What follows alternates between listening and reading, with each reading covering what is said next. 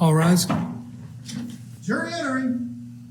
In a small courtroom in West Palm Beach, Florida, a man's fate was sealed.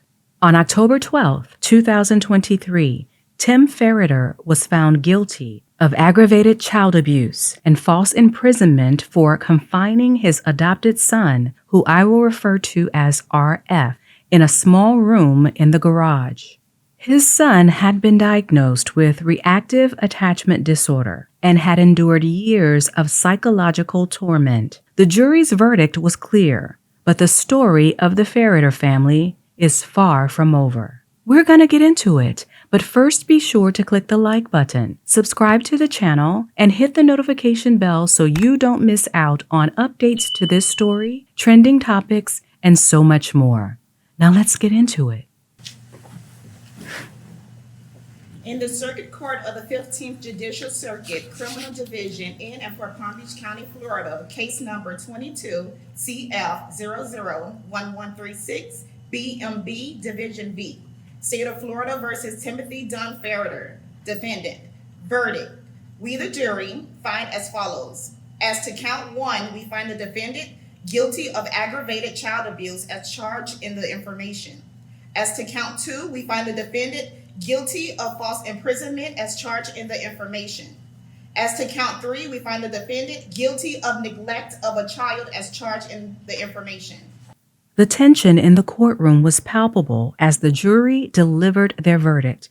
Timothy Ferriter, stoic in appearance, listened as the guilty verdicts were read aloud. A millionaire father who faces up to 40 years in prison would immediately be taken into custody. After the jury was excused, Tim reached out to hug his wife Tracy one last time. Tears filled her eyes as she watched her husband, the father of her children, being handcuffed and led away. Tracy Ferriter remained free on bond, her own trial still looming on the horizon. Tim and Tracy adopted their son RF from a Vietnamese orphanage when he was just 17 months old. RF was diagnosed with reactive attachment disorder, a condition that made it difficult for him to form emotional bonds and led to behavioral problems. I see that there's some posters on the wall there too, and I know when the police came, they weren't there. When you got upset, did you rip up those posters too? Yes, ma'am. Tim and Tracy didn't remove them? Nope. And sometimes, I know the state talked about how you weren't allowed to have electronics in your room. Those electronics were removed, right? Yes. And is that because of things that you did with electronics? I didn't do all that. I did nothing wrong with it. Well, yeah, I did go into a bunch of schools things and do some not so legal stuff, and and I would factory reset school laptops and tablets. Yeah, and so they would take away your electronics when you got in trouble with the school for kind of messing with their IT system, right? Yeah. And I know the state also talked to you about how you were only allowed that school laptop, right? Yes. But only to do homework, not to do games. Yes. But you also jailbroke that laptop, right? Yes. The first thing you said to this jury was that Tim and Tracy made a mistake based on trying to respond to your behavior, even if they didn't handle it correctly. Is that fair to say? Yes. Okay. And you'd agree that when you were at their house, you would rip things and throw things? Yes. And I think in your words, you intentionally broke the rules you knew about at least 5 times a week? Usually more, but yes. At Basis Academy, you also stole chemistry books? Yeah. You stole a student's tablet? No. Did you steal a computer and a tablet? Maybe it didn't belong to you. Yeah, I did. Okay. And did that belong to another student? Yes. Were your parents mad when that happened too? Yes. And did you get disciplined for that? Yes. So it looks like a couple times you're kind of doing things and you're just, regardless of what they're doing, you're not stopping. Is that fair to say? Yes. You did a search on that computer that you jailbroke at Basis? I jailbroke what's it called again? A tablet, but not a computer. Okay, so you jailbroke the tablet, right? Yeah. And then you did a search on there? Yeah. And that search was concerning to your mom and dad? Yeah. I won't talk about what the search is, but is it fair to say that it was something that it was understandably concerning to them because it sounded a little violent? Yeah. Remember offering to beer? Yeah. Yeah. And was that so you could conduct an experiment? Yes. How old was it at the time? This was 4. 4? Yeah. It's fair to say a 4-year-old should not be drinking beer, that could hurt them? That was the point of the experiment. I know. But that could hurt a 4-year-old, Yeah. right? It could. And that's something that your parents found out about too? Yeah. And they got mad at you? Yeah. When you were at school in Florida, what school did you go to in Florida? After I came back from Arizona, Yes. I went to Independence Middle School. So when you were at Independence Middle School, you had an incident where you, pretended to be, you went into a classroom of a teacher, right? Yeah. A teacher that you don't know? Yeah. And that you pretended to be a member of the school board? Yeah. And you convinced that teacher that you were in fact a member of the school board? Yeah. And you told her that you were grading her that day? I wouldn't say grading, but critiquing her. Or evaluating her, right? Evaluating, yeah. And that's would you characterize yourself as someone who likes to pretend sometimes? Yes. And tell stories? Yes. And those stories can be really detailed. Yes. To deal with RF's challenging behavior, the Ferriters took extreme measures. They constructed an 8-by-8-foot structure in their garage, equipped with a deadbolt lock, a camera, and even an air conditioner. RF was confined there for 14 to 18 hours a day, forbidden from touching the air conditioning or even controlling the lights. But this case starts, and really the focus of what his life was like is how his life was in end of December 2021 and January of 2022 when he was just 14 years old.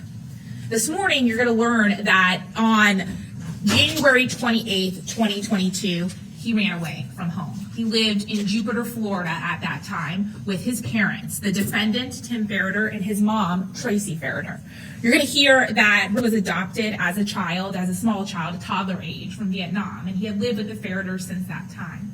He was the second of their 4 children. He has an older sister named, who you're also going to get to hear from at this during this trial, a younger sister named, and a much younger little brother named, who was about 3 years old when all of this happened. And in January of 2022, he was a student at Independence Middle School and 14 years old. You're going to hear on the 28th, he ran away from home. He was reported missing to the Jupiter Police Department, and that's where this case starts. You're going to hear from Jupiter Police Department officers who are going to tell you that they took the report of a missing child and that he didn't come home on the next day on the 29th, and he also still was not located on the 30th. They went back to the Ferriter residence to find out if there was new information. Had he come home? Was there any leads? The day he left was a Friday, still wasn't there on Saturday. And on Sunday, Detective Sharp from the Jupiter Police Department went into the Ferriter home with Tracy Ferriter. You're going to hear it's at that point that for the very first time, he learned about how he was living, about what his living situation was like at home with his parents. He's going to tell you that he was shown the house, and the first thing that stood out to him was that the child who they were looking for didn't have a place to sleep in the main house. There wasn't a bedroom for him, there weren't his items of clothes, there weren't his toys inside of the house. Instead, there was a structure, a small room box-like structure that was constructed in the garage that didn't have any windows. It had a box spring and a mattress, a bucket in the corner, and a desk. You're going to hear that at that point, the child still wasn't found, and so Detective Sharp left and continued the investigation. And the next day, which is Monday, January 31st, shows up at his school.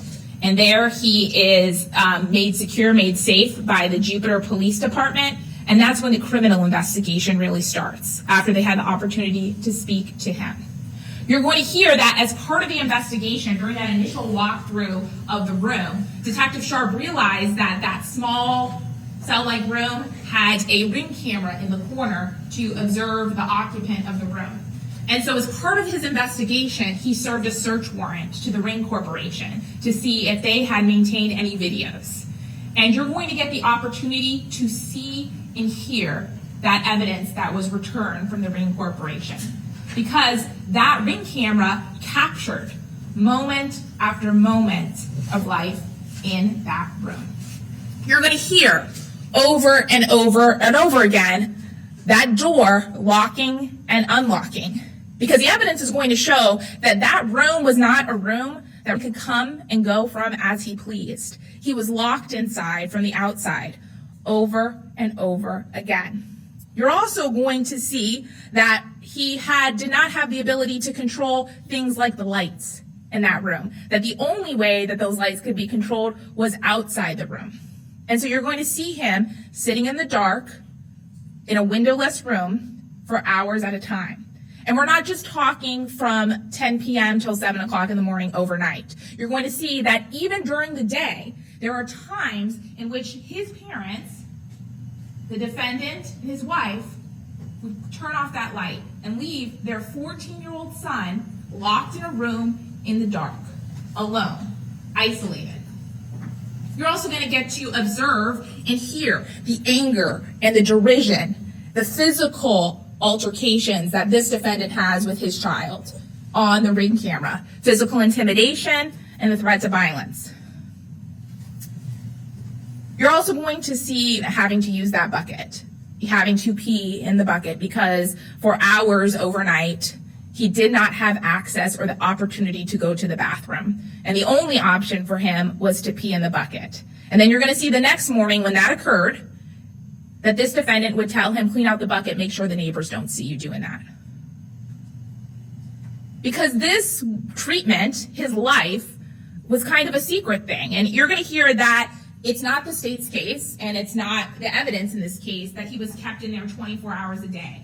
He went to school. There were times where he was outside of the room with his family. There was times where he was shoveling shells for his father for hours at a time. But for long periods of time, for a mass majority of this child's life, in that period in Jupiter, Florida, he's in that room, isolated, alone, without autonomy, without privacy, without stimulation, sometimes with only a single book to read over and over again. As part of the evidence in this case, you're going to hear that the defendants are charged with that 4-week period, that 4 to 6 week period, because the family moved to Jupiter, Florida in December of 2021. Mid-December, kind of a week or two before Christmas, and this all happens at the end of January. So we're talking about 6 weeks when they were in Palm Beach County, Florida. And so that's the charge time period. That's the criminal conduct that we're talking about. But the state expects that you're going to hear evidence about Ronan's life before the family moved to Florida, when they lived in Arizona. We expect that you're going to hear testimony about a very similar, nearly identical room that the family constructed for him in Arizona, in which he had been residing in since he was 11 years old. This case is not about whether or not Tim Ferriter made the right choice, because I will be the first to tell you, the defense will be the first to tell you that he did not. But what it is about is the difficulty of parenting, right? Because bad parenting does not make somebody a criminal. Bad parenting does not mean that a person should be charged with a crime. It makes them human. It makes them a parent who is trying to figure out, when faced with a child, as you'll hear throughout the trial, who has consistent and escalating behavioral issues, how to handle them. You will learn more throughout the trial, but I want to try in these next few minutes to share with you what that relationship looked like. In 2009, Tim Ferriter and his wife Tracy took the very long flight to Vietnam to adopt their first son. At that point, him and his wife Tracy had spent some time in Honduras, and so they were really motivated to adopt. And the first child that they adopted, you will hear from in this trial, is Chinese. And after they were really excited to adopt again. And they wanted her to have a sibling that was culturally close to her. While they were waiting to get the news that they were going to be able to adopt from Vietnam, they had their first biological child. And within just a few years, they go from this young couple to a little family. They have 3 little babies. And this is really the first iteration of that family before it comes along several years later. Tim and Tracy love these children. They did everything that they could when they were young. Karate, softball, soccer. I was in track. He loved Legos. They got him science posters and galaxies. So he had a periodic table of elements and stuff about galaxies in his room because those were his interests. Just a handful of the consistent and escalating behaviors we continued to engage in. And he himself will tell you, as the state said in their opening, that he knows that things are wrong, and he continues to do them. He knows that there are consequences, and he continues to do them. And all this time, Tim and Tracy are racking their brains trying to figure out what will change behaviors. Because they have an entire family here, right? These kids go to school, they have their own activities, they have a toddler at one point.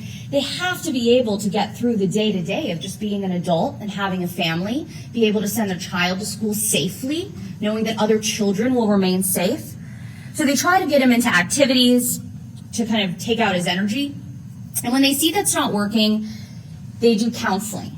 They give him the medications that he's prescribed. They try to help him sleep at night because he keeps wandering the house. They cut sugar from his diet on the recommendation of a pediatrician, that maybe that'll help his behavior, and that'll make him less impulsive. This family is going from place to place to place, from appointment to appointment, trying to figure out how to get this child actual help, how to get a diagnosis, and how to get medication that will change his behavior. And as we discussed in voir dire together, what they found was a revolving door of doctors and therapists, and no one was able to offer them the help that they needed. You will see that Tim tried to curtail his behavior when nothing else worked, and there will be some videos of that. It's not always going to look pretty, just as it doesn't look pretty in real life when a parent gets mad at their kid.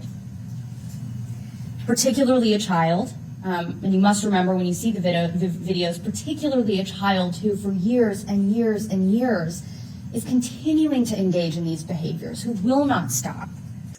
The Ferriter's actions didn't go unnoticed. A contractor hired to build the room became suspicious, describing it as very strange and resembling a cage. He knew exactly what he wants. He said, build me a box. He has a two-car garage, which is 16 feet long. And he asked me to build a box, basically, on 8 feet on 8 feet. And he asked me on top of that to build a ceiling for that box under the existing ceiling with a space of 2 feet. So when they open the garage door, she can slide between the two ceilings. So basically that box is completely sealed from every way. So the first thing I asked him, do you want me to open a window for that office? And he said, no, I don't need a window. So I said, listen, this is Florida. It's very hot in here. You're going to cook yourself in this garage, in this office. And I suggest to bring in away from the AC to cool this office. And he said, yeah, this is a good idea, but I will do it later, so don't worry about it. Now, in the last day of the job, he said, listen, I need a favor from you. I said, okay, what? He said, go to the Home Depot, and you know, the interior doors of the house, they have a handle lock, yeah? And he asked me to go to the Home Depot and buy a deadlock like you have in the main door of your house. He asked me to add a deadlock to the door. And I said, okay, I don't know what. You have important things to keep in this office. So it wasn't look strange to me. So I went to the Home Depot and I bought the deadlock and I installed it on top of the handle lock. And then I pictured it for him. And then he asked me to reverse the locks.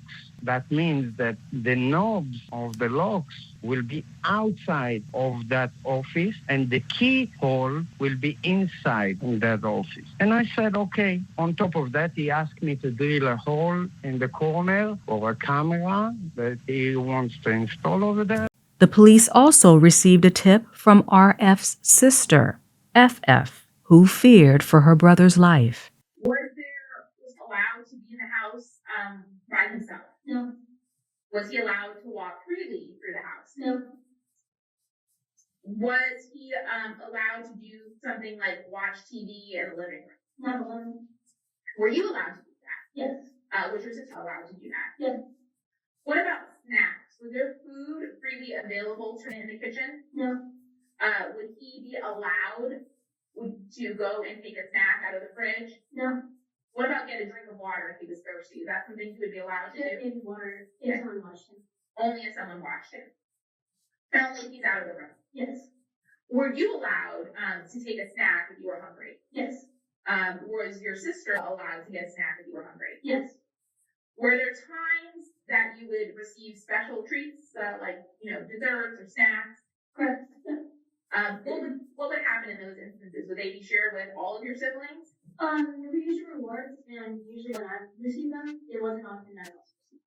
Okay. Are there some times that once in a while you would receive a reward? Very rarely. But were there times where you and you were getting a reward that was not included in having special treats or snacks? Yeah. Are there times through in this household growing up, were you someone who was observant of how your parents treated your other siblings? Yes. Did you watch and listen to things that were happening? Yes. Throughout your childhood? I did. Are you an observant person? I would consider myself to be. Did you ever see time get punished? Yes. Was the type of punishment that Tom got the same type of punishment that you or Neil would get for the same type of conduct? No. How was it different? It was either more extreme or something completely different than what we received. Were you ever locked in your room or prevented from leaving? No. Did you ever have to go to the bathroom only in a bucket? No. Were you ever required to be alone in your room in the dark? No. Were you allowed to have phones? Yes. Were you allowed to play games on your devices? Yes. Was Ty allowed to play games? No. Did not unsupervised. Was he allowed to have a device? No. Now, you said that you saw through your time in Florida get punished. Did you ever see him get punished for little things? Yes. Like what? Maybe it would be just not answering questions. Maybe he plays a little too rough with one of us, or he talks back. When you say he wasn't answering questions, what do you mean? Let's say he did something wrong and they asked him about it. He wouldn't say anything. He just wouldn't answer them. And what would be the response to that? If he didn't answer them to a certain point, he'd be sent to his room. Or he did answer, he'd still be sent to his room. And when you sent to his room, is he then allowed to leave? No. Are there times over the course of when you were living in Arizona that you ever saw your father, the defendant, be physically aggressive towards your brother? Yes. Would you be able to see what was happening once they're down in the room? Once they're there, no. Would you be able to hear what is happening? Yes. Tell me what you heard. I would hear him curse at him, yell at him. And you think I would hear him curse at him? Who I would hear Tim yell at him. And would you hear him curse at him? Yes. Okay. What else would you hear? I would hear the sound of contact, so like slapping or hitting or something. And then I'll hear my brother scream. FF testified about witnessing her father's aggression and her brother's screams, painting a picture of an environment where she believed her brother was in grave danger. RF, now a teenager, testified during his father's trial. His words provided a disturbing glimpse into the life he had endured. He spoke about the daily routine of being woken up, locked in the room, and denied access to basic necessities. It was solitary confinement with a bucket as his only means of hygiene. Can you please tell the jury your name? My name is. What's your middle name? Do you sometimes go by Yes. among your friends and your family? Yes. How old are you? 16. What's your date of birth? 2007 by the Vietnamese government. Is that where you're originally from? Yes. Approximately how old were you when you came to the United States? 1.5 years old. I came here in February of 2009. And how did you end up coming here? I was adopted by Tracy and Tim Ferriter. And you came, and then that's when you came for the first time into the United States? Yes. Now today, what grade are you in? 10th. In school, what kind of classes are your favorite right now? Math and science. Okay. What kind of math classes are you taking? AP calculus. Okay. What about science? AP chemistry for the final arts. Now, talk to me about when you moved to Florida. What was the house like? The house when I moved back to Florida in 2021. Yes, December 2021. Yes. Yeah. How was the house like? So the house had a 2-car garage. It had 3 bedrooms, 1 office, and 2 bathrooms. And we also had 2 living rooms and a backyard. Where did you sleep? I slept in an 8x8 room in the garage. Okay. Was that room built into the garage? It was built inside the garage. Inside the garage? Yes. Who built that? Or who had it built? Timothy hired a contractor to build it in December of 2021. Right. And how do you know that? Because I was kept in their closet and I overheard the conversation of them having to build it. Okay. I want to talk about what it was like in that room. You said it was about 8x8. Yes. Did it have a concrete floor? Or what was the floor like? So the floor was concrete, but I used these little 16 by 16 inch mats of carpet to put down on the floor, so it wasn't so hard. So it had a concrete floor, but on top there was a carpet laid on top of it. Yes.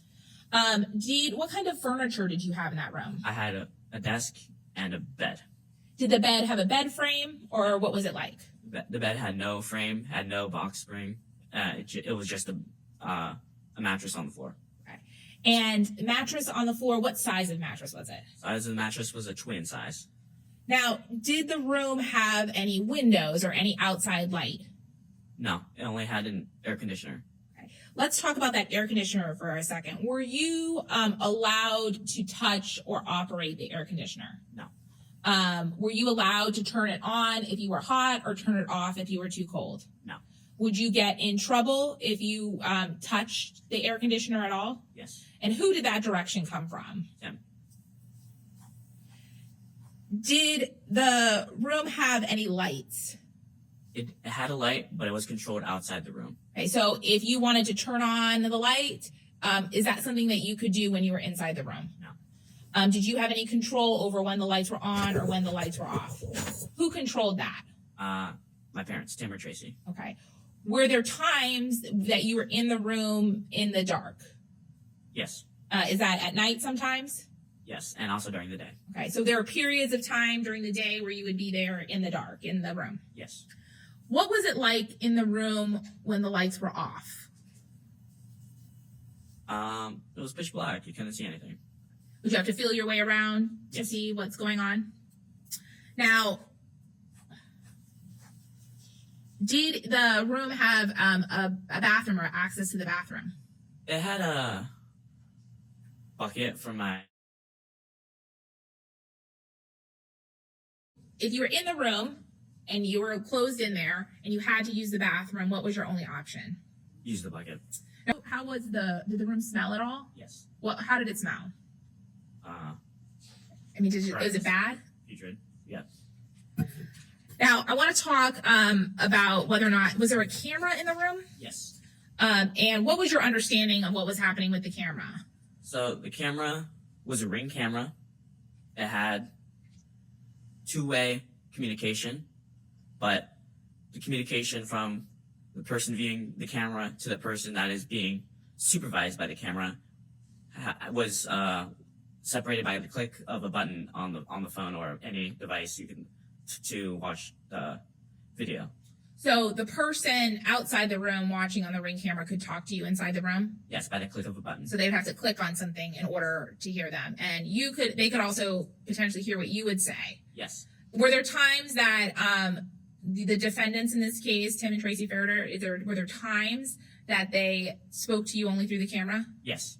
RF also revealed his emotional pain, saying he felt like no one loved him. His story is a haunting reminder of the consequences of his parents' actions. Did you like being in that room? No. Did you want to be in the room? No. How did it make you feel? To me, being locked in a room, it's dehumanizing. It's almost as bad as genocide. It's saddening to abuse a child that was just acting like a child, never thinking of what an adult would think to do to a child that would succumb his or her efforts in daily life to succeed, suffering from emotional pain, suffering, trauma. So, did you have a choice about whether or not to go in that room? Like, were you forced Yes. by Tim and Tracy Ferriter to go into the room? Yes.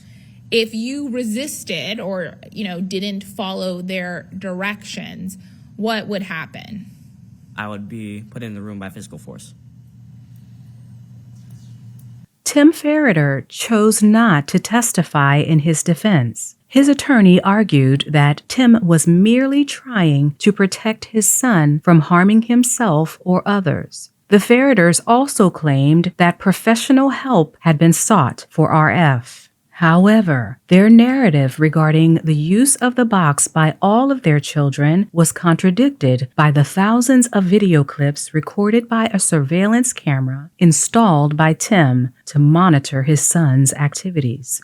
It's important to note that Tim had a choice earlier in the legal process. He was offered a plea deal that would have seen him serve just 2 years in prison. Instead, he rolled the dice at trial and lost. He now faces the prospect of up to 40 years behind bars. The trial was not without its share of complications. Jurors requested a review of RF's sister FF's testimony before reaching their verdict. A mishap in the deliberation room revealed that jurors had viewed an exhibit that had been ruled inadmissible, and they were provided with the wrong verdict form, one that did not include the lesser charge of child neglect. These errors only added to the difficulties of an already emotional trial. Welcome back to Court TV Live. We've got some big breaking news in the Ferriter case. Maybe I should call it a big faux pas in the Ferriter case, because the question from the jury is more of an alert to the judge that the jury got evidence they weren't supposed to get. They reviewed videotape evidence handed over by the defense. So this is a defense mistake. Video evidence they were not supposed to see. It shows the child victim in this case, being handcuffed, which is protocol with police with a child runaway. But if you don't have that context, it looks like the child's being put under arrest. The jury wasn't supposed to see that. Tim Ferriter's attorney, Priya Murad, spoke about the potential sentencing. Florida's sentencing guidelines suggest a minimum of 35 months for aggravated child abuse. Prosecutor Brianna Coakley did not disclose her recommended punishment, leaving room for uncertainty as we await Tim's sentencing in November. The Ferriter family, once united, has been torn apart by this legal battle. Their teenage daughters, who were present for the closing arguments, have been deeply affected. 4 children, once under the care of Tim and Tracy, now face an uncertain future. Tracy Ferriter, Tim's wife, is still awaiting her trial on the same charges that her husband was convicted of. As the guilty verdict was delivered, Tracy watched, her tears telling a story of their own. As the legal saga continues, Tracy is left with a difficult decision. Will she take a plea deal and potentially avoid a lengthy prison sentence? Or will she follow in her husband's footsteps and put her fate in the hands of a jury? As we reflect on this distressing case, what do you think is next for Tracy Ferriter? Will she take a plea deal or continue to fight her own legal battle? And will Tim Ferriter adapt to life behind bars? Or will his sentence be too much for him to endure? Amid the darkness, there is a flicker of hope. RF, the adopted son who endured years of suffering, despite the perils he lived through, still holds no ill will towards his parents. He believes they just made a mistake, and he wants to move on from it. Do you think it's fair to say that it's hard to think of the good memories because everyone around you now has a bad image of Tim and Tracy? I can easily recall the good times, but not. I don't have a bad image of Tim and Tracy. They just made a mistake. They were just acting out of frantic surprise of my actions. They weren't. I believe that they weren't trying to do any harm. Yeah. I believe that people should recognize that was a mistake and forgive them and move on.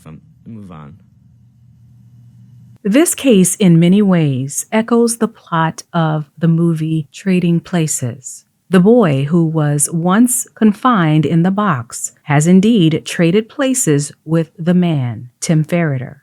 Now Tim finds himself imprisoned within the confines of a box, a room with no windows, where the lock is controlled from the outside. His life has become a series of dictates: what to eat, when to sleep, shower, and even use the bathroom, all determined by someone else. The lights and the air conditioner, too, are under external control.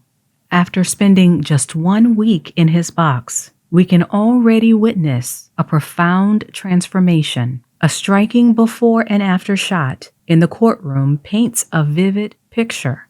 At the start of the trial, Tim appeared composed, with a hint of tension, perhaps believing he might somehow escape his predicament. But a mere week behind bars has brought about a visible change. During a recent bond hearing, Tim is observed here, shaking uncontrollably, his complexion pale. The question now lingers, will he survive prison? Now that we're all caught up on this case, I can't help but wonder if, after just 1 week of experiencing a mere fraction of what his son has endured, we see this drastic change in Tim. Do you think he now understands the weight of his actions and the toll they took on his son? Let's continue the conversation down in the comments section below. As always, I'll meet you there.